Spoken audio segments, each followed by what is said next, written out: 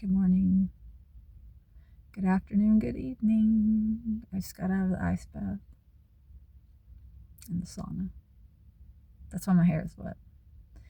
My hair is often wet in my videos because I spend a lot of time sweating in the sauna, and then I follow the sauna with a very, very, very cold ice bath in the 40s, sometimes in the high 30s. And the sauna releases toxins, it relaxes you.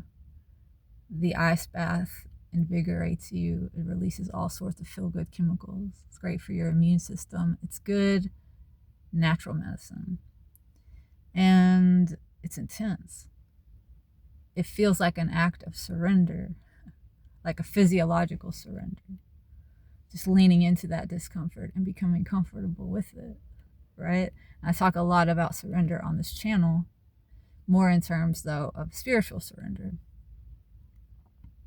But just like the physiological surrender that goes on in the ice bath and the sauna, spiritual surrender is uncomfortable oftentimes. It's intense, but the rewards are great. Just like the physiological rewards and the mental rewards that you get from the sauna and ice bath, there are great spiritual rewards from the surrender, the spiritual surrender to God. And what does that look like? How do you do that? Well, for me, I'll tell you. I believe we all have God inside of us, a little piece of God, of the voice of God. God speaks to us, is what I'm saying. We have a direct connection to God. God speaks to us through our hearts. Let your conscience be your guide. Jiminy Cricket on your shoulder, JC, Jesus Christ, the Holy Spirit, whispering to you, go this way, don't go that way. Do this, don't do that. Say this, don't say that. We all have that voice. And we all have free will, so we can obey it or not. We know what is right and wrong in our hearts. We really do.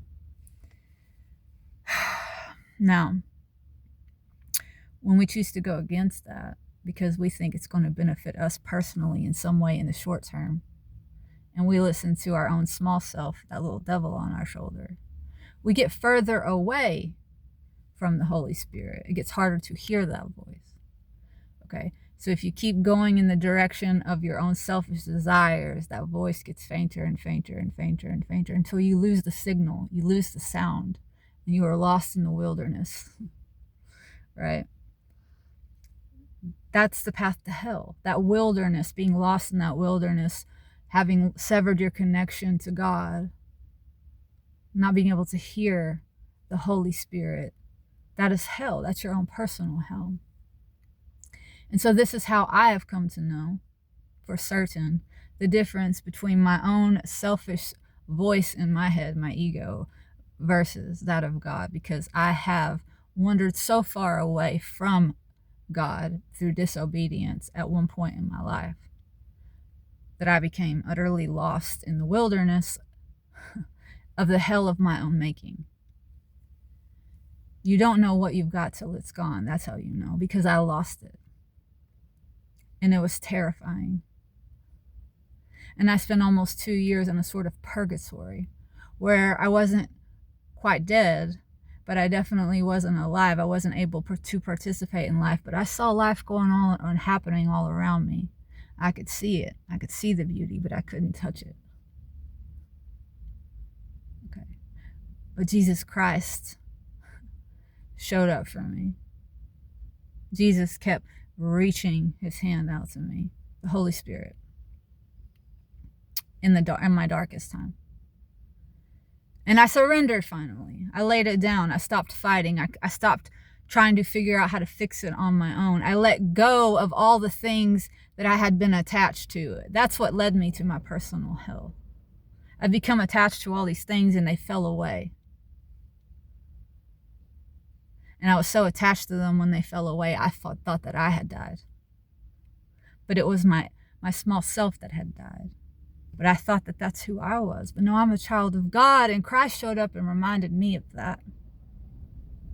And when I allowed Christ into my heart and I made the free will choice and invited Christ to live there and to guide me, and I submitted to that and I began to obey, that voice got louder and louder and louder and louder.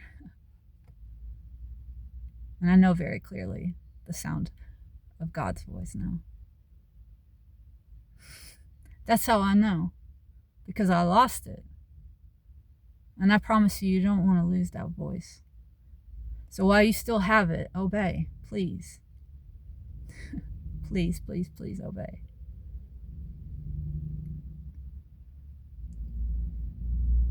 The kingdom of heaven is within you. And the key to the door is obeying the voice of the Holy Spirit, walking in that light.